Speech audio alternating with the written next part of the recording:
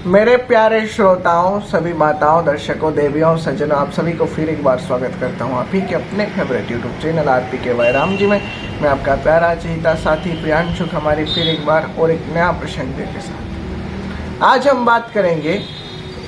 भगवान हमें जिस परिस्थिति में भी रखते हैं, हमें उसी परिस्थिति में खुश होकर जीना चाहिए और ज़िंदगी को उनके भरोसे जीना चाहिए।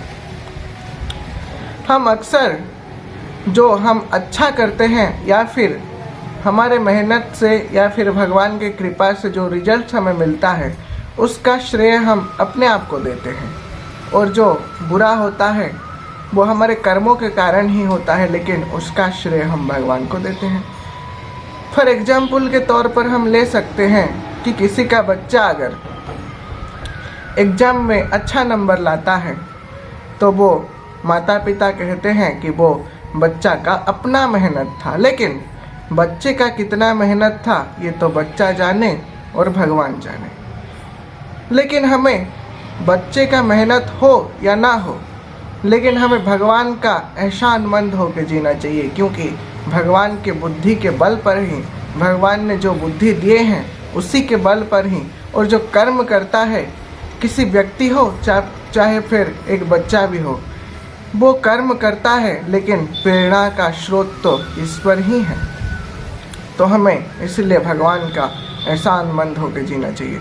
और बच्चे का अगर रिजल्ट अच्छा होता है तो माता पिता कहते हैं कि बच्चा का अपना मेहनत था, और बच्चे का अगर रिजल्ट खराब होता है तो माता पिता कहते हैं कि ये भगवान की करतूत है। लेकिन हमें अच्छा है तो यह इस नियम को हमें उल्टा लागू करना चाहिए। अगर रिजल्ट अच्छा आए या हम जिंदगी में सफलता पाए तो हमें ये कहना चाहिए कि ये भगवान का ही आशीर्वाद का फल है, भगवान का आशीर्वाद का परिणाम है। और हम अगर कोई कार्य में फेलुअर हो जाए और बच्चा भी अगर फेलुअर हो जाए तो ये बात हमें ज़रूर कहना चाहिए कि वो हमारे अपने कर्म का परिणाम है। तो हमें सदैव यह बात कहना चाहिए। एक सुंदर सा दोहा है रामचरितमानस का, जही विधिनाथ होई हित मोरा, करहु सुबेगी दास में तोरा। यानी कि जिस विधि से मेरा हित होता है, जिस कार्य से मेरा हित होता है, हे प्रभु जल्द से जल्द वही कार्य कीजिए, क्योंकि मैं आपका दास ही हूँ। तो जिस परिस्थिति में भगवान हमें रखते हैं, हमें उसी परिस्थिति में खुश होकर जीना चाहिए, सुख में रहना चाहिए, सुख चैन में रहना चाहिए। एक गधा था मेरे प्यारे श्रोताओं, उसका मालिक एक धोबी थी।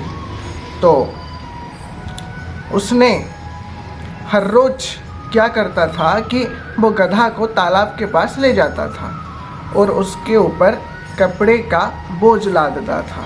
जब गधा थोड़ा सा इधर उधर होता था तो उसको लाठी से प्रहार करता था। तो हर रोज ऐसा घटता था, गधा दुखी था, हर रोज उसको मार खाना पड़ रहा है, यह सोचकर गधा दुखी था। एक दिन उसी रास्ते से एक घोड़ा आया, सुंदर सा घोड़ा। उसके ऊपर मालिक नहीं बैठता था, उसके साथ साथ चल रहा था, और मालिक उसको बहुत प्यार करता था। और घोड़ा जब आता था, उस दिन से हर रोज घोड़ा का आना लगा रहा।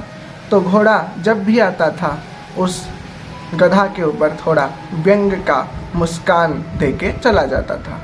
हमारे सुख चैन भरी जिंदगी में भी कुछ लोग आते हैं और कुछ व्यंग करके, कुछ व्यंग भरे मुस्कान देकर, कुछ व्यंग भरे बातें करके चले जाते हैं।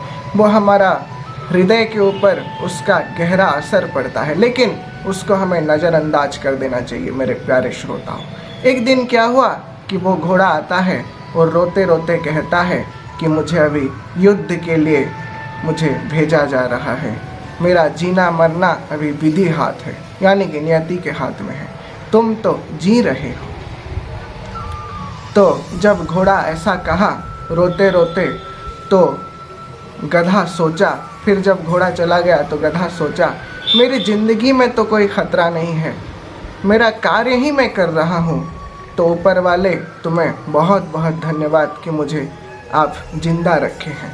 तो इसीलिए हमें भगवान जिस परिस्थिति में भी रखे हैं कुछ अच्छा सोच के रखे हैं। किसी की उन्नति को देखकर हमें हमारे अंदर जलन नहीं होना चाहिए मेरे प्यारे श्रोताओं।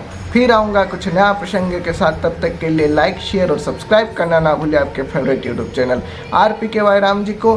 हंसते रहिए और लोगों को हंसाते रहिए। जय श्री राम।